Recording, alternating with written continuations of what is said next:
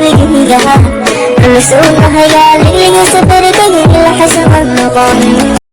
السلام عليكم ورحمة الله وبركاته. أهبي وناكسن أما ماني وناكسن حليكو تابع حلي وناكسن سور دوادا أدبان دي سلامية دمانتين وحد يرجيني خير يبشبشي برواقين عفمات قبطان الحمد لله رب العالمين. أدبان إدي سور دويني دمانتكو سور دوادا مقالكينا مانتا وحدكو سابسيني هاي أما وكهاد ليا تمها وحويا كو كرتينها أما نفقada timaha iyo maxay taxabta timaha iyo tinta banaan iyo daadashada tinta. afarteena qodob ayaan maanta doonaynaa inaan daaha ka qaadno sida tintaada u nafaqeyn lahayd ama hadii googo'aysa ama hadii jicisuhu doonaysa ama hadii taxab leedahay iyo waxyaalahaas oo kale. insha Allah videogan dhamayso insha Allah sida aan maartay an kuugu soo sheego ama halkan kuugu soo gudbiyana hadii aad sameeysid ama aad ku dhaqantid ama aad markasta timahaaga magarasa sida uu hagaajisid ma sha Allah natiijo buuxda ayaad ka gaaraysaa. kale anigana way afacday waan wax soo tijaabiyay aan hubo 100% insha Allah taala waxa sameynaysaa qodobka koobaad hadii aan ku horeeyo waa kartiinaha dabiiciga ah ama jilcisada dabiiciga ah. waxaad soo qaadanaysaa xabad avocado ah, 2 qaado oo malab ah iyo xabad yogurt ah ama hadaa taqaanid sabaadi. kula aniga wadankan aan joogno sabaadi baan naqaanaa Carabaha. iyo sidoo kale waxa soo qaadanaysaa 3 malgacadood oo saliid saytuun ah.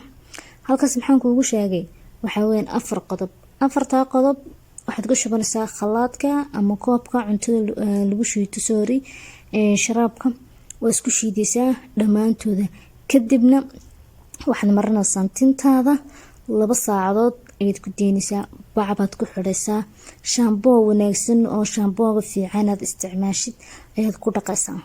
usbuuciina waxaa sameynaysaa 2 jeer. oo hadii aad doonaysid timahaaga inay noqdaan timo jilicsan oo haldhaaya oo laga sheekeeyo kaale arag ah taas waxa weeyaan qodobkeena koowaad.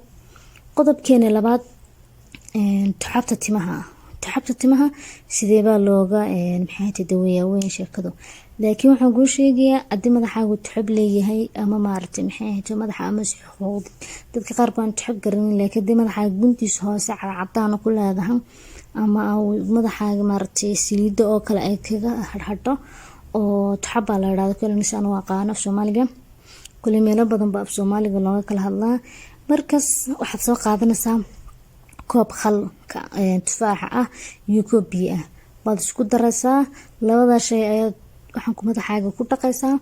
marka aad ku dhaqdid waxaad madaxaaga aad ku xiraysaa bac ama maxay tahay bahalada yar loogu talagalay madaxa lagu xiro.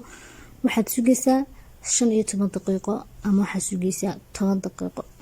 madaxaaga intaas marka ku dhaqdid waxay ka caawinaysaa taxabtii iyo cuncunkii madaxa ka hayay iyo wixii cadada gunta madaxa ku haray ama saliidu ka tagtay ayay ka dhaqaysaa waana ka tigisa. waxaad ku dhaqaysaa shaamboo fiican markastaba isticmaal shaambooga adigu aad jeceshay wanaagsan ee fiican ee timahaaga magaranaysaa adigu isticmaashid bad iskaga dhaqaysaa.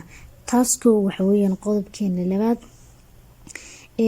tintaada hadaba meelaha ka banaan ma jiraan ama maxay tahay meel ay ka guureen ama meel ay tintu ka carartay ama sida maartay food oo kale dadka maxjaabada xidha ama ma garanaysaa maxay ahayd hoolee ama wax kaga dhaceen oo timahaaga hadii ma garanaysaa xitaa waxa jirta mar ad wax marisid ama sida maartay waxa jiraan garanaya waqtigii la joogay jilcisan masan jiro jilcisadu dakhri jirtay oo meesha ay nabad guurso tintii ay ka baabiiso. marka saasoo kala dadka cabinaysa timahaaga in fogaadana ama ay durkaan waxaad sameynaysaa biyaha toonta 2 qaado oo saliid qarwaca ama saliid qumbaha ah baad soo qaadanaysaa waad isku shiidaysaa meel ayaad dhiganaysaa ama saliid qarwaca kaligeeda ama saliid qumbo ka badtaad heli kartid ayaad ku darsanaysaa. hadii wada heli kartid labadana toon baad ku darsanaysaa. waxaad sameynaysaa markaad shiishid aad qaboojisid meel baad dhiganaysaa maalin kasta waa marsanaysaa 15 daqiiqo 10 daqiiqo iyo madaxaaga meelahay ka banaan oo dhan baa u marmarinaysaa. waxaad ku deynaysaa 15 daqiiqo bacba ku xiraysaa waa ka qaadaysaa waad ka dhaqaysaa. usbuuci waxaa sameynaysaa 2 jeer 2 jeer inaad sameysid weeyaan. taas waxa weyn qodobkeena saddexaad ama taladeena saddexaad aan idin soo jeediyay anigana waxyaalo fara badan aan ka soo arkay maasha Allah tabarakallah insha Allah inaad ka faa'iideen bandhigkan rajeynaya. okay qodobkeena afraad waxa weeyaan daadashada tinta marka daadataa haddaba sidee uga fogaan kartaa tintaada inay ka daadato ama gogo faraha badan iska dayso. shaambooga aad isticmaashid magaranaysaa wanaagsan markaasna shaambooyada wanaagsan isticmaala shaambooyo waxa jira koobi iska ilaaliya. shaambooga waxa soo qaadaysa dhagayare oo tumaysa ama waad shiigaysaa dhagayaraha kadibna waxaad ku darsanaysaa caagada shaambooga kuugu jiro markaad ku deysid waad ku radinaysaa markastana saa ugu dhex jiro in yar biyo baad ku dhex shubaysaa waad isku qasaysaa markasta madaxa marsanaysid kala arag tuusta ay noqonayaan.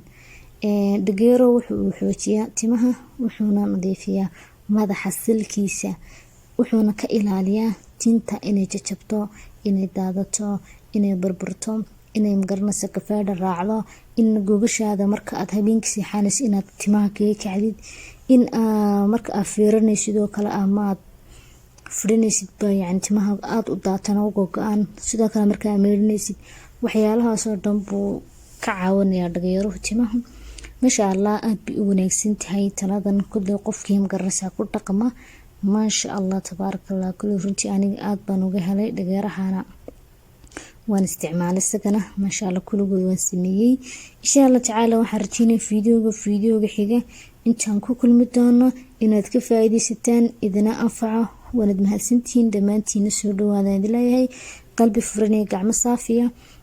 sidoo kale waxaan idinka codsanayaa inaad channelka dad ku cusubtaa ama markii kuugu horeysay ay tahayba inaad ii saartid please like wixii magaranaysaa faalaan xagga hoose community ka soo dhiibo. sidoo kale hadii markii kuugu horeysay muuqaalka ama channelkan aad aragtidna waxaan ka codsanaa inaad ii saartid subscribe gambalelkana furtid si markasta ay kuugu soo dhacaan fiidiyoyada wanaagsan aan soo geliyo ku saabsan qurxinta iyo shirkiga nafta wixii anfacayo oo dhan anigana dhiirigelin ayay ii tahay insha Allah iga hilmaamina wad mahadsantihiin dhammaantiina soo dhawaada qalbi furan baan leeyahay walaalayga qaaliga waxbayaan ku dheeran hadalka kulligood ku badiyay insha Allah saxid gasdiga waxaan idinkaga tagay fi amaanillah.